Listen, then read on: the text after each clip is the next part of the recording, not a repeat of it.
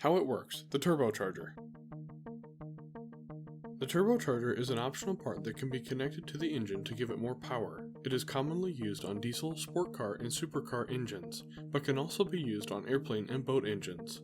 Turbochargers use the exhaust air from the engine to spin a turbine that draws in clean air and compresses it into the engine. Now let's pull apart the housing and take a closer look at the parts that make up a turbocharger. The intake housing. Intake compressor turbine. Shaft. Exhaust turbine. Exhaust housing.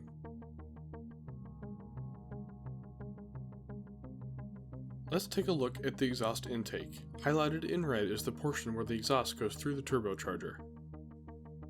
As the exhaust gases flow through the exhaust housing of the turbo, it spins a turbine that spins a shaft.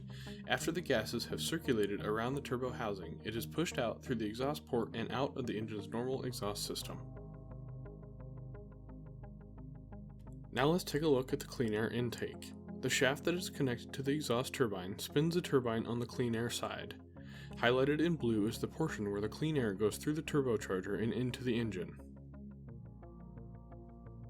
As the air is drawn into the turbo housing through the intake port and is spun by the turbine, it is compressed and forced into the engine where it will be burned with fuel to create extra horsepower.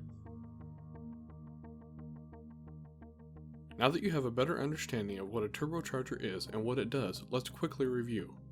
A turbocharger is an optional part that can be used on a variety of engines from cars to planes and boats.